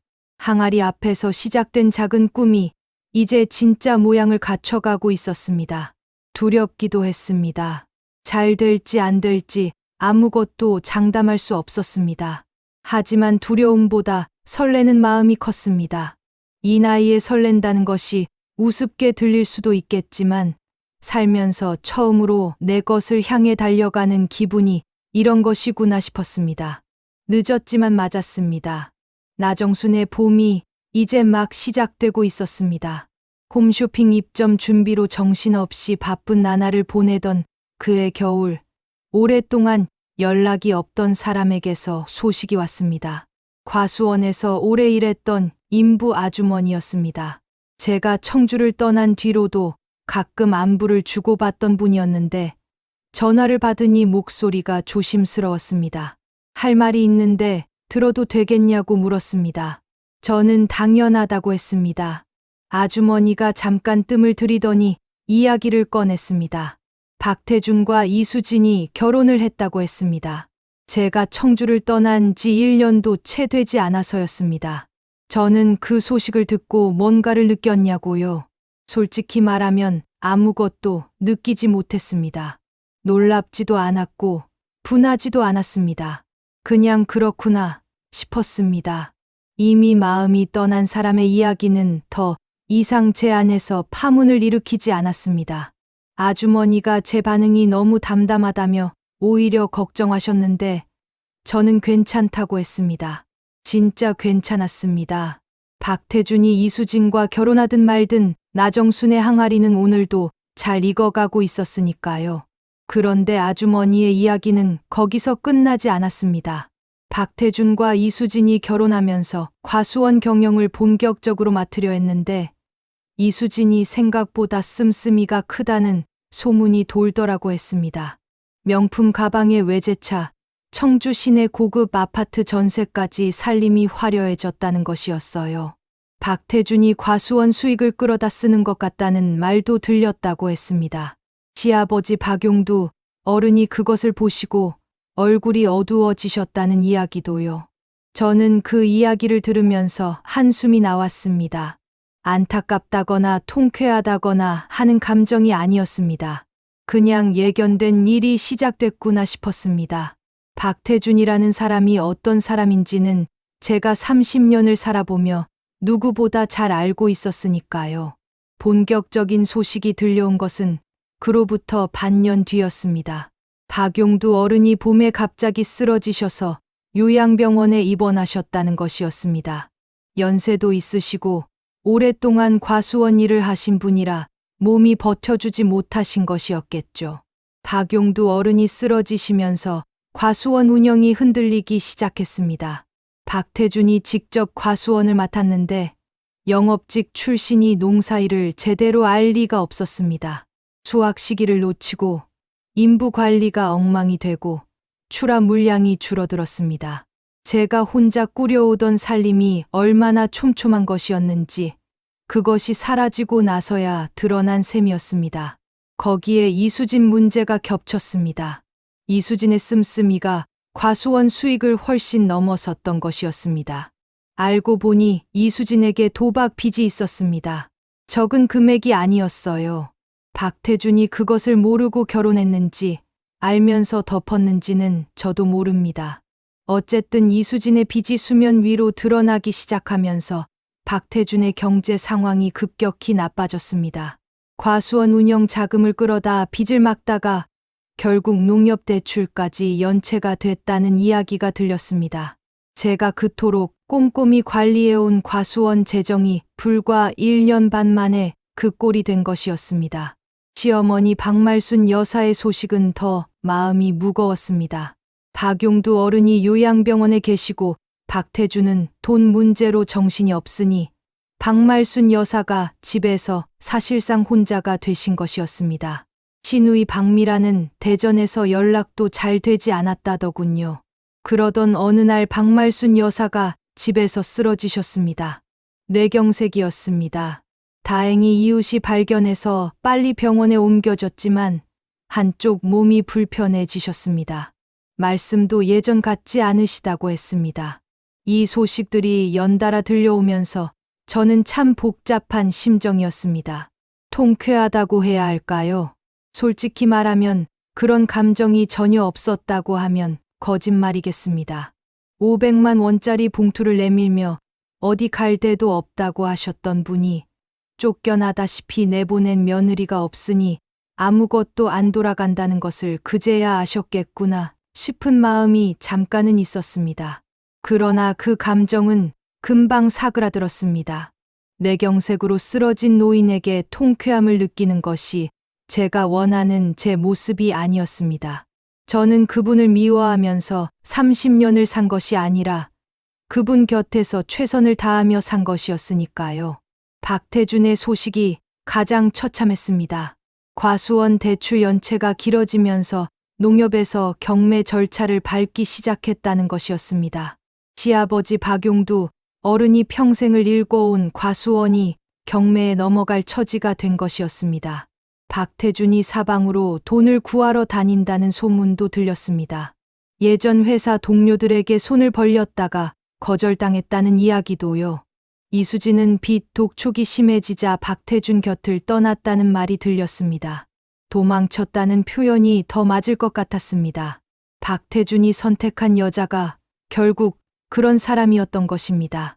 박태준이 혼자 박말순 여사를 수발하게 됐다는 소식을 들었을 때 저는 긴 숨을 내쉬었습니다. 그 숨이 어떤 의미였는지 저도 정확히 모릅니다. 불쌍하다는 것도 아니고 잘 됐다는 것도 아닌 그냥 세상이 공평하다는 느낌이었습니다. 제가 새벽마다 일어나 박말순 여사 약을 챙기고 수발을 들었던 것처럼 이제 박태준이 그 자리에 서게 된 것이었습니다. 본인이 외면하고 살던 것들이 결국 본인에게 돌아온 것이죠. 나경아에게 이 소식들을 전했을 때 나경아는 한동안 말이 없었습니다. 그러더니 조용히 말했습니다. 엄마가 그 집에서 버텨온 것이 다 의미가 있었던 거야, 라고요. 저는 나경아의 말이 무슨 뜻인지 알았습니다. 제가 그 집을 떠난 것이 도망이 아니라 제 자리를 찾아간 것이었다는 말이었습니다. 그 집이 무너진 것은 제가 나온 탓이 아니었습니다. 처음부터 무너질 구조였던 것이 저라는 지지대가 빠지고 나서야 드러난 것이었습니다. 박용두 어른이 결국 요양병원에서 눈을 감으셨다는 소식을 들은 것은 그의 늦여름이었습니다. 저는 그 소식을 듣고 조용히 절을 했습니다. 수고했다고, 고마웠다고 마음속으로 말씀드렸습니다. 그분이 제게 해주신 수고했다는 그 한마디가 오랫동안 저를 버티게 해준 말이었으니까요. 좋은 곳으로 가셨으면 했습니다. 과수원을 평생 일군 손으로 편히 쉬셨으면 했습니다. 세상은 공평합니다. 당장 눈앞에 공평해 보이지 않는 순간들이 있더라도 결국 시간이 지나면 각자가 뿌린 것을 거두게 됩니다. 저는 그것을 머리로 아는 것이 아니라 눈으로 직접 봤습니다. 그것으로 충분했습니다. 저는 박태준이 더 힘들어지기를 바라지 않았습니다. 그냥 저는 제 길을 가면 됐습니다. 안동댁 정순이네 항아리는 오늘도 익어가고 있었고 나정순의 내일은 어제보다 분명히 나아지고 있었습니다. 홈쇼핑 방송 날짜가 확정된 것은 안동댁 정순이네를 시작한 지만 2년이 되던 해 이른 봄이었습니다. 정다연 MD에게서 연락이 왔을 때 저는 창고에서 항아리를 닦고 있었습니다. 전화를 받으니 정다현이 대뜸 어머니 방송 날짜 나왔어요. 라고 했습니다. 저는 손에 들고 있던 행주를 내려놓고 날짜를 받아 적었습니다. 4월 둘째 주 토요일 오전 10시였습니다. 전화를 끊고 나서 저는 한동안 그 메모를 바라봤습니다. 숫자로 적힌 날짜가 실감이 나지 않았습니다. 텔레비전 홈쇼핑에 나정순이 나온다는 것이요. 나경아에게 연락하니 전화기 너머로 비명에 가까운 소리가 들렸습니다. 엄마 진짜야? 라고 몇 번이나 물었습니다. 저는 진짜라고 했습니다. 나경아가 당장 퇴근하고 올게 라고 했습니다. 그날 저녁 나경아와 저는 창고 앞 작은 마당에 접이식 의자를 내놓고 나란히 앉아 한참을 이야기했습니다. 방송 준비를 어떻게 해야 할지, 납품 물량은 얼마나 맞춰야 할지, 포장은 어떻게 바꿔야 할지를요. 이야기는 밤늦게까지 이어졌습니다. 봄바람이 선선하게 불었고 창고 안에서는 장 익는 냄새가 흘러나왔습니다. 그 냄새를 맡으면서 저는 이 모든 것이 꿈이 아닌가 싶었습니다. 방송 준비는 생각보다 훨씬 복잡했습니다. 홈쇼핑 입점을 위해서는 제품 성분 분석표와 위생 검사 결과가 필요했고 포장재도 규격에 맞게 새로 제작해야 했습니다. 나경아가 발로 뛰며 서류를 챙겼고 저는 납품 물량을 맞추기 위해 항아리를 더 들이고 생산량을 늘렸습니다. 처음엔 무리라고 생각했는데 막상 부딪혀 보니 방법이 보였습니다. 안동 오빠가 주변 지인들에게 부탁해 믿을 만한 콩 농가를 연결해줬고 소금은 신한 천일염을 쓰기로 했습니다. 재료 하나하나에 이유가 있어야 한다고 나경아가 고집했습니다. 그것이 안동댁 정순이네의 이야기가 된다고 했습니다. 방송 일주일 전 홈쇼핑 스튜디오에서 사전 미팅이 있었습니다. 쇼호스트와 처음 만나는 자리였는데 쇼호스트는 40대 초반의 활달한 여자였습니다. 이름이 김선주였는데 처음 만나자마자 어머니 손 좀 보여주세요 라고 했습니다. 저는 영문도 모르고 두 손을 내밀었습니다. 김선주가 제 손을 잡고 이 손이 다 이야기예요 라고 했습니다. 굳은 살이 박이고 마디마디가 굵어진 손이었습니다. 30년 과수원 일과 평생 장을 담가온 손이었죠.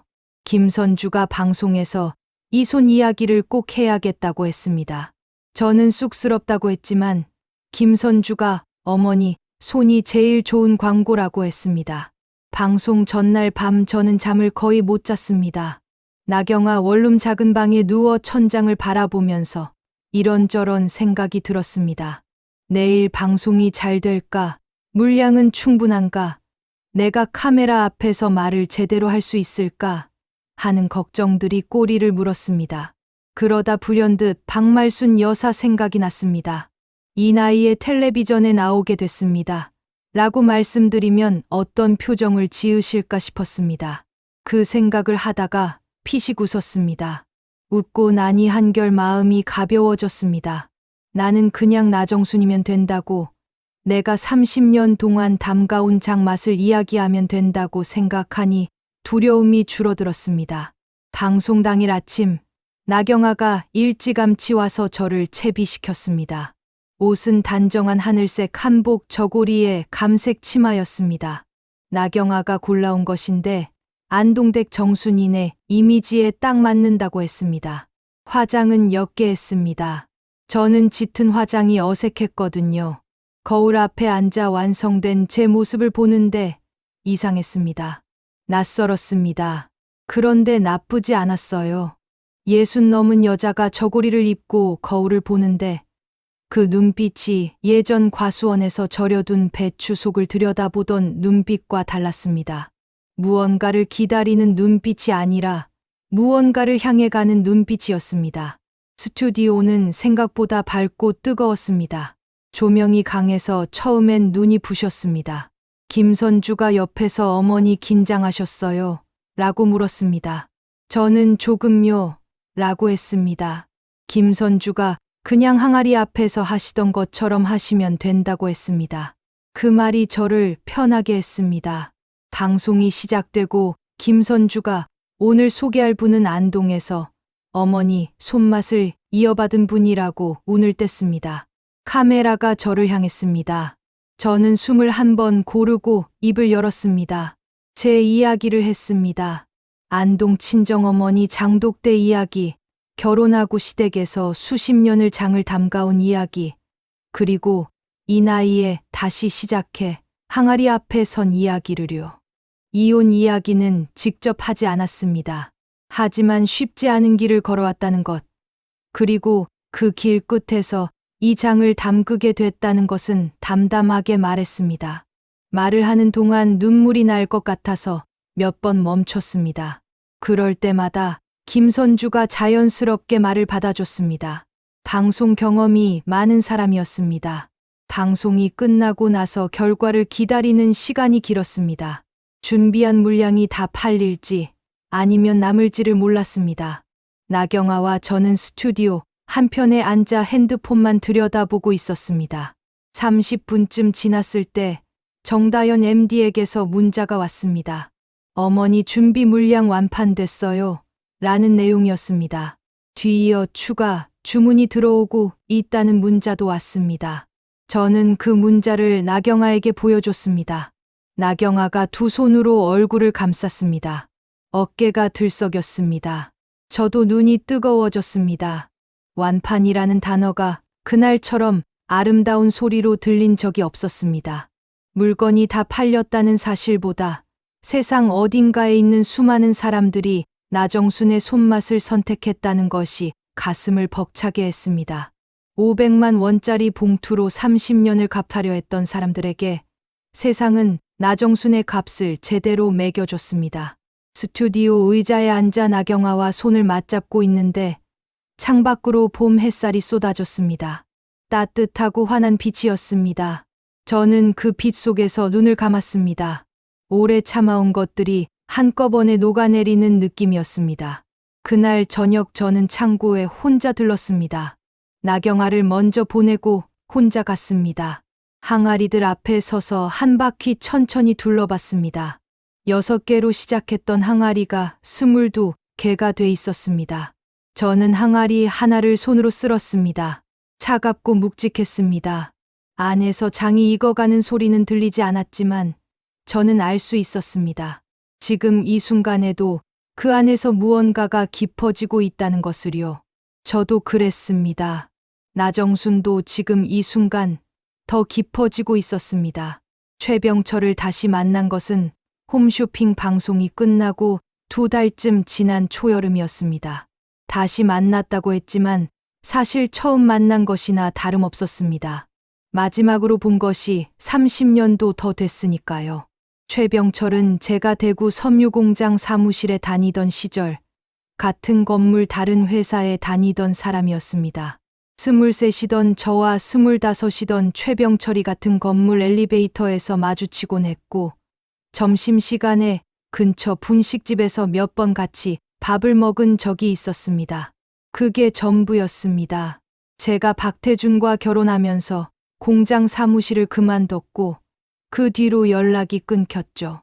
최병철이 저를 찾은 것은 안동댁 정순인의 홈쇼핑 방송을 보고 나서였습니다. 화면에 나온 제 모습을 보고 혹시 그 나정순이 맞나 싶어 수소문을 했다더군요. 나경아 인스타그램에 올라온 안동댁 정순인의 계정을 찾아 댓글을 남긴 것이 시작이었습니다. 나경아가 그 댓글을 보고 저한테 보여줬는데 혹시 대구 섬유공장 근처에 다니시던 나정순 씨 맞냐고, 최병철이라는 사람인데 기억하시냐고 적혀 있었습니다. 저는 그 댓글을 보고 한참을 생각했습니다. 기억이 났습니다. 엘리베이터에서 항상 먼저 인사하던 사람, 분식집에서 제 목에 밥값을 슬쩍 내고 모른 척하던 사람이요. 나경아가 연락해봐 라고 했습니다. 저는 머뭇거렸습니다. 이 나이에 30년 전에 잠깐 알던 남자에게 연락한다는 것이 어색하게 느껴졌거든요. 나경아가 웃으면서 엄마 연락하는 게 뭐가 어때? 라고 했습니다. 맞는 말이었습니다. 저는 댓글에 답장을 달았습니다. 맞다고, 오래됐다고요. 최병철에게서 바로 답장이 왔습니다. 반갑다고, 방송 보고 깜짝 놀랐다고, 잘 지내고 있었냐고 했습니다. 그 짧은 문장들이 어쩐지 따뜻하게 읽혔습니다. 처음 만남은 대구 시내 카페에서였습니다. 나경아가 같이 가겠다고 했지만 저는 혼자 가겠다고 했습니다. 어차피 그냥 오랜만에 만나는 것이었고 딸을 데리고 나갈 만한 자리가 아니었습니다. 카페에 먼저 도착해서 기다리는데 최병철이 들어왔습니다. 30년 세월이 얼굴에 내려앉아 있었지만 눈빛은 기억 속 것과 같았습니다. 온화하고 조용한 눈빛이었습니다. 최병철도 저를 알아봤습니다. 반갑다며 맞은편에 앉았습니다. 이야기가 자연스럽게 흘렀습니다. 최병철은 대구에서 작은 식품 유통회사를 운영하고 있었습니다. 젊을 때 결혼을 했는데 부인이 10년 전에 먼저 세상을 떠났다고 했습니다. 암이었다고 했습니다. 자식은 아들 하나가 있는데 서울에서 직장을 다닌다고 했습니다. 최병철이 제 이야기는 어떻게 됐냐고 물었습니다. 저는 짧게 말했습니다. 오래 결혼 생활을 했는데 잘 안 됐다고. 지금은 딸이랑 사업을 하고 있다고요. 최병철이 더 묻지 않았습니다. 그 배려가 좋았습니다. 커피를 마시면서 이야기를 나누다 보니 2시간이 훌쩍 지나 있었습니다. 최병철이 식품 유통업을 한다 보니 장류, 시장에 대해 아는 것이 많았습니다. 안동댁 정순인의 방향에 대해 이런저런 이야기를 해줬는데 허튼 이야기가 하나도 없었습니다. 현장에서 오래 일한 사람의 말이었습니다. 저는 그 이야기들을 흘려듣지 않고 하나하나 귀에 담았습니다. 헤어질 때 최병철이 또 만나도 되냐고 물었습니다. 저는 그러자고 했습니다. 집에 돌아오는 버스 안에서 저는 창밖을 바라보며 생각했습니다. 오랫동안 잊고 있었던 무언가가 조용히 움직이는 느낌이었습니다. 2번째, 3번째 만남이 이어졌습니다. 만날 때마다 자연스럽게 식사를 같이 했고 산책을 했고 이야기를 나눴습니다. 최병철은 말수가 많지 않은 사람이었습니다. 그러나 듣는 것을 잘했습니다. 제가 이야기를 하면 중간에 자르지 않고 끝까지 들었습니다. 그것이 얼마나 귀한 것인지 30년 동안 내 말이 공기가 되는 것을 겪어온 저는 누구보다 잘 알았습니다.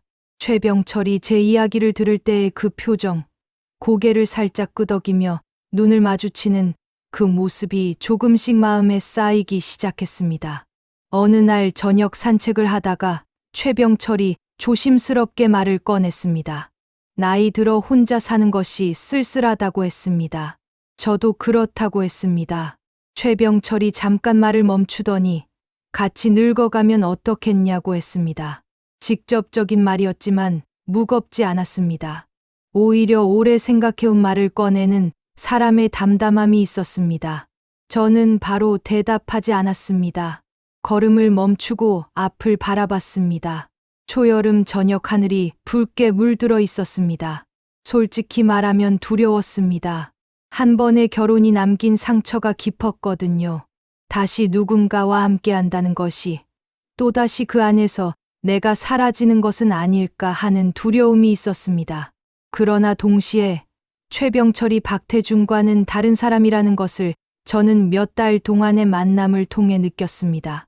제 말을 듣는 사람, 제 일을 존중하는 사람, 저를 어딘가에 종속시키려 하지 않는 사람이었습니다. 그 차이가 중요했습니다. 나경아에게 이야기를 꺼낸 것은 며칠 뒤였습니다. 나경아의 반응이 어떨지 걱정이 됐거든요. 그런데 나경아는 제 말을 다 듣고 나서 환하게 웃었습니다. 엄마 좋으면 해. 라고 했습니다. 엄마가 행복한 게 제일 중요한 거잖아. 라고 했습니다. 저는 나경아가 그렇게 말해줄 거라는 것을 알면서도 막상 듣고 나니 가슴이 벅찼습니다. 이 아이를 잘 키웠다는 생각이 들었습니다. 아니, 이 아이가 스스로 잘 자랐다는 것이 더 맞겠죠. 최병철에게 생각해봤다고 연락했습니다. 그러자고 했습니다. 최병철이 전화기 너머로 한참 말이 없다가 고맙다고 했습니다. 그 목소리가 떨렸습니다. 60이 넘은 남자의 떨리는 목소리가 어쩐지 웃기기도 하고 뭉클하기도 했습니다. 저도 웃으면서 전화를 끊었습니다. 전화를 끊고 나서 저는 창고에 나가 항아리 뚜껑을 하나 열었습니다. 깊고 진한 냄새가 올라왔습니다. 잘 익은 장 냄새였습니다. 저는 그 냄새를 맡으면서 생각했습니다. 사람도 장처럼 시간이 지나야 익는 것이 있다고요. 나정순이 제대로 익는데 60해가 걸렸습니다.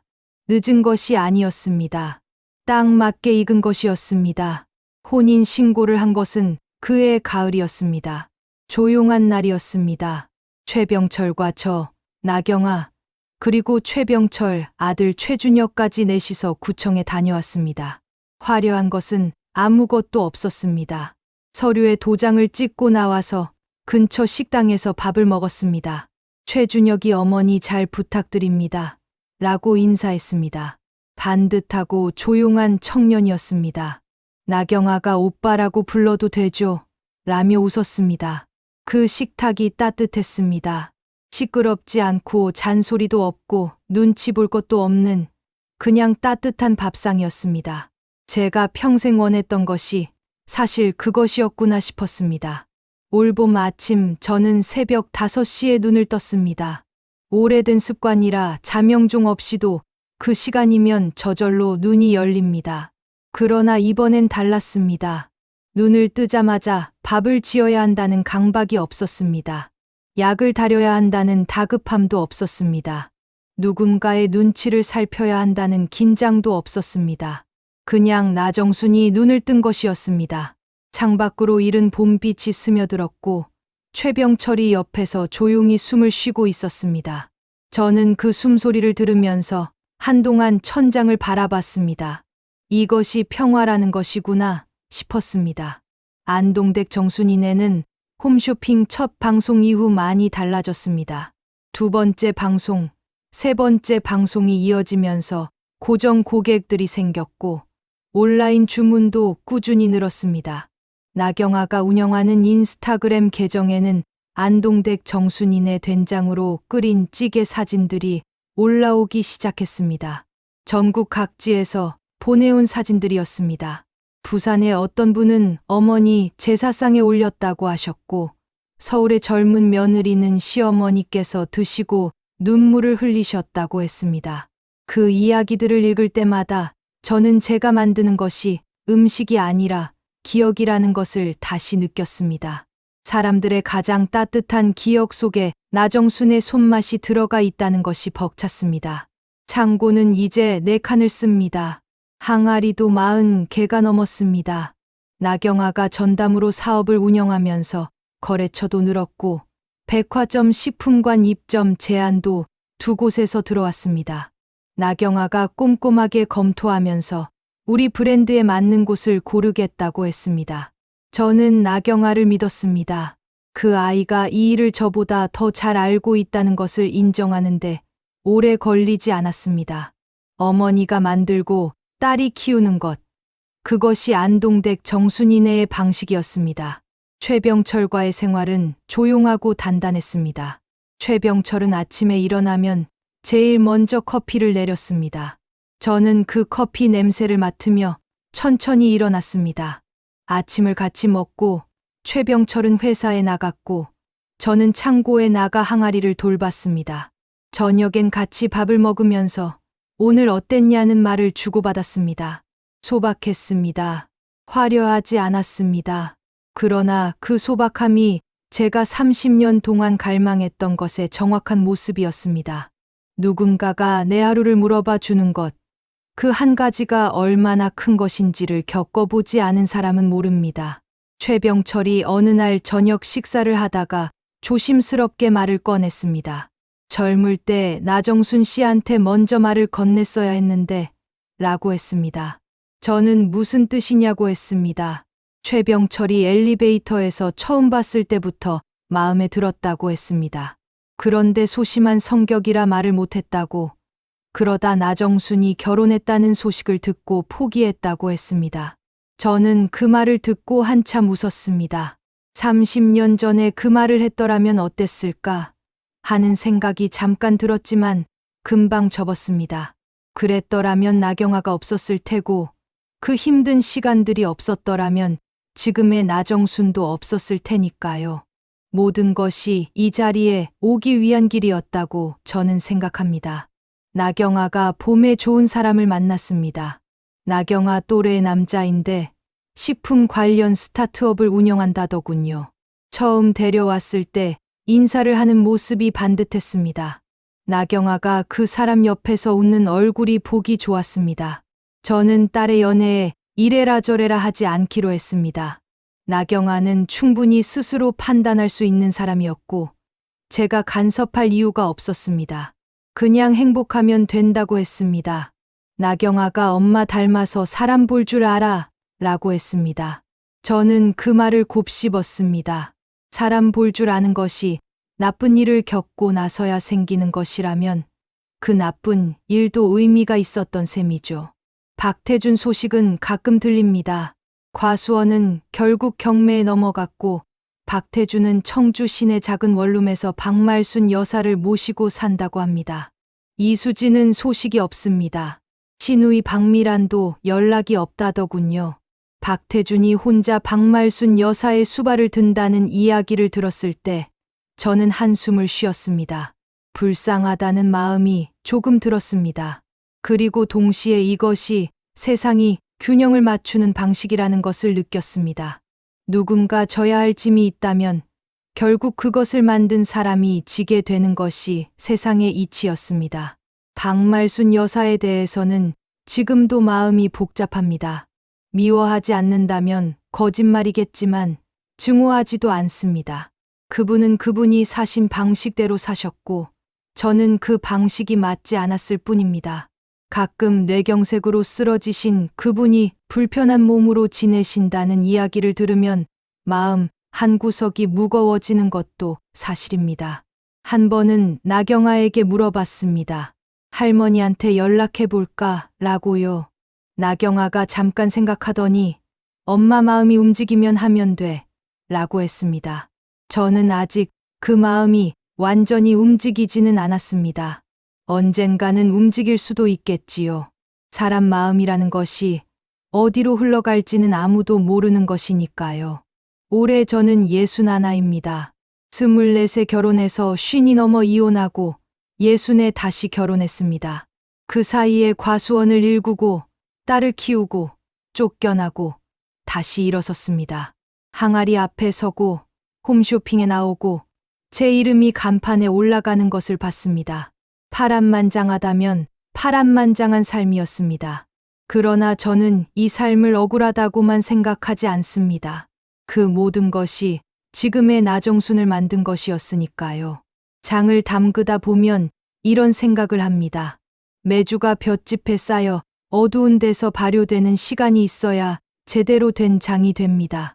빛이 없고 차갑고 갇혀 있는 것 같은 그 시간이 없으면 봄에 항아리를 열었을 때 그 깊은 맛이 나오지 않습니다. 제 30년이 그랬습니다. 어둡고 차갑고 갇혀 있던 그 시간이 지금의 나정순을 발효시킨 것이었습니다. 그러니 그 시간이 낭비가 아니었습니다. 긴 발효의 시간이었습니다. 이 이야기를 듣고 계신 분들 중에 지금 어둡고 차가운 곳에 있는 분이 계실지 모릅니다. 어디 갈 데도 없다는 말을 들어본 분이 계실지 모릅니다. 제 이름으로 된 것이 아무것도 없다고 느끼는 분이 계실지도 모릅니다. 그런 분들께 나정순이 말씀드리고 싶습니다. 발효는 끝나지 않은 것이 아니라 아직 진행 중인 것이라고요. 뚜껑을 열 때가 되면 반드시 그 깊이가 드러납니다. 그 시간을 버티는 것이 전부입니다. 오늘 아침 저는 창고에 나가 항아리 뚜껑을 하나 열었습니다. 올봄에 새로 담근 간장이었습니다. 아직 이릅니다. 더 익어야 합니다. 저는 뚜껑을 다시 닫았습니다. 서두르지 않았습니다. 때가 되면 됩니다. 나정순의 장도, 나정순의 삶도 그렇게 제 시간에 맞게 익어왔습니다. 앞으로도 그럴 것입니다. 61의 봄은 이제 막 시작됐으니까요.